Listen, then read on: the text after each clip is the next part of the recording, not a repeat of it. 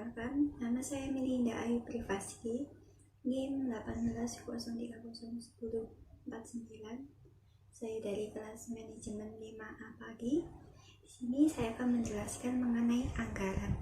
Yang pertama yaitu anggaran penjualan. Anggaran penjualan adalah anggaran yang merencanakan penjualan secara terperinci tentang penjualan perusahaan dalam periode yang akan datang, yang di dalamnya terdapat rencana tentang jenis atau kualitas barang yang akan dijual, jumlah kuantitas yang akan dijual, harga penjualan, serta waktu dan tempat penjualan. Di anggaran penjualan ini, kuantitas atau jumlah disimbolkan dengan Q, sedangkan untuk price atau harga disimbolkan dengan PW. Informasi tersebut dapat didapat dari adanya penganggaran. Manfaat dari anggaran penjualan yaitu yang pertama yaitu mendapatkan informasi dari perkiraan Q, kuantitas, dan P, price atau harga. Yang kedua yaitu mengurangi ketidakpastian di masa depan, seperti memiliki pandangan harus menjual sekian untuk hari ini. Dan yang ketiga, untuk mempermudah pengendalian penjualan, yaitu seperti setelah membuat plan atau target, di mana harus mencapai target di hari yang kita tentukan tersebut. Anggaran penjualan menyajikan informasi tentang perkiraan jumlah barang jadi yang akan dijual oleh perusahaan dan harga jual yang diharapkan diperoleh untuk periode anggaran mendatang.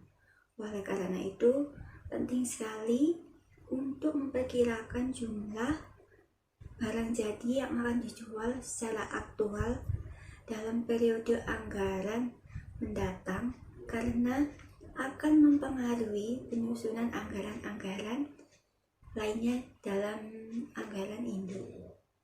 Dan yang kedua, saya akan menjelaskan mengenai anggaran produksi. Anggaran produksi adalah anggaran yang disusun oleh perusahaan untuk menentukan jumlah barang jadi yang harus diproduksi oleh perusahaan.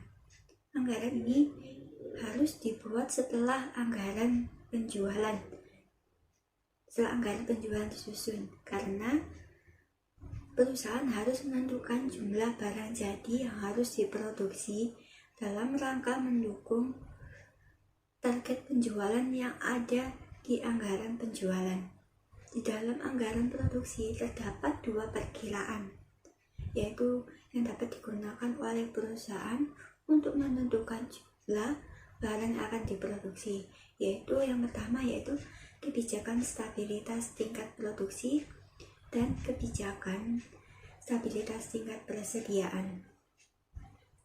Di sini saya akan menjelaskan mengenai kebijakan stabilitas tingkat produksi terlebih dahulu.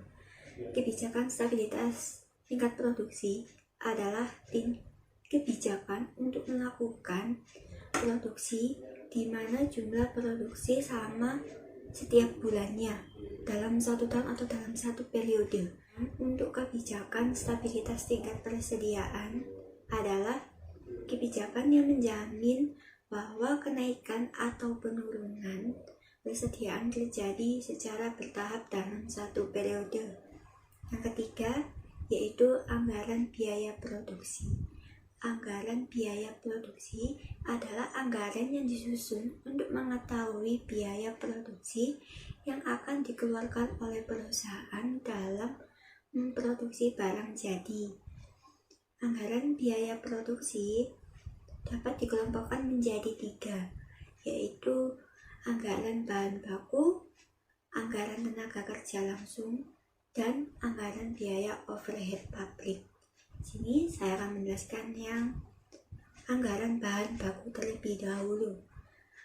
Anggaran bahan baku adalah anggaran yang diketahui setelah menentukan jumlah produksi barang jadi, yang mana perusahaan harus menghitung jumlah sekaligus biaya bahan baku yang diperlukan untuk menunjang kegiatan produksi.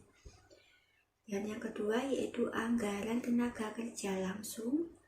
Anggaran tenaga kerja langsung adalah anggaran yang digunakan oleh perusahaan manufaktur untuk menyusun anggaran tenaga kerja langsung yang memperlihatkan jumlah jam tenaga kerja langsung dalam memproduksi barang jadi dalam satu periode anggaran. Yang ketiga yaitu anggaran biaya overhead pabrik. Anggaran biaya overhead pabrik adalah seluruh biaya yang tidak terkait secara langsung dengan kegiatan produksi barang dan jasa. Yang termasuk dalam biaya overhead produksi adalah biaya bahan baku tidak langsung, biaya tenaga kerja tidak langsung, honor petugas pengawas, biaya listrik, biaya utilitas, dan lain-lainnya. Dan yang keempat yaitu anggaran beban operasi. Anggaran beban operasi adalah beban yang dikeluarkan untuk kegiatan selain kegiatan produksi. Kegiatan yang menjadi sumber pengeluaran beban operasi umumnya terbagi menjadi dua kelompok, yaitu kegiatan penjualan, contohnya yaitu seperti penerimaan order penjualan dan melakukan proses pengiriman barang atau jasa kepada pelanggan. Dan yang kedua yaitu masuk kelompok yang menjadi sumber pengeluaran beban operasi, yaitu yang kedua yaitu administrasi. Contohnya yaitu seperti penyusunan laporan keuangan. Secara umum, beban operasi dapat dibagi menjadi dua kelompok, yaitu beban penjualan dan beban administrasi. Jadi saya akan menjelaskan mengenai beban penjualan. Beban penjualan adalah beban yang muncul dari aktivitas penjualan barang dan jasa oleh perusahaan kepada pelanggan.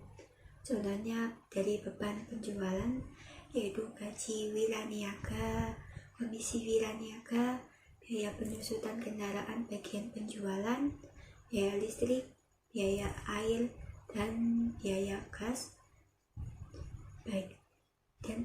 dari bagian penjualan. Yang kedua yaitu beban administrasi. Beban administrasi adalah beban yang muncul dari aktivitas administrasi dan kegiatan umum lainnya yang dilakukan oleh perusahaan. Contohnya dari beban administrasi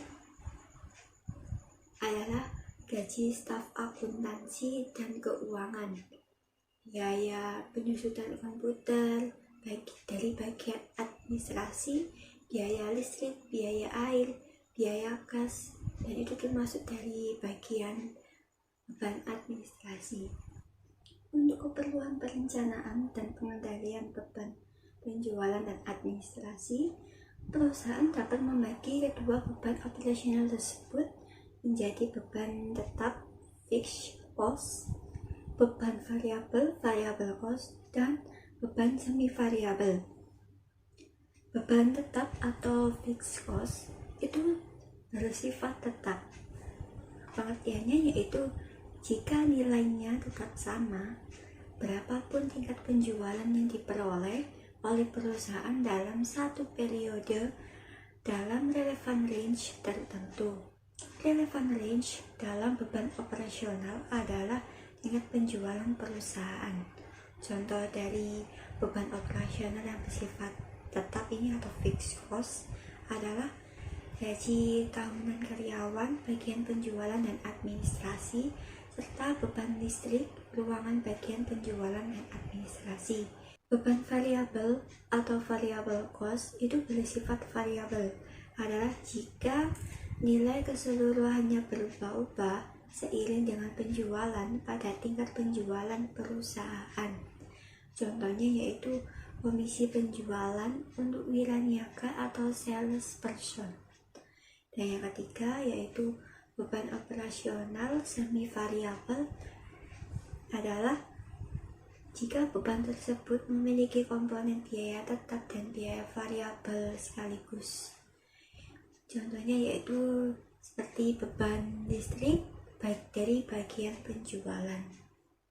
Sekian menurut saya mengenai anggaran di sini.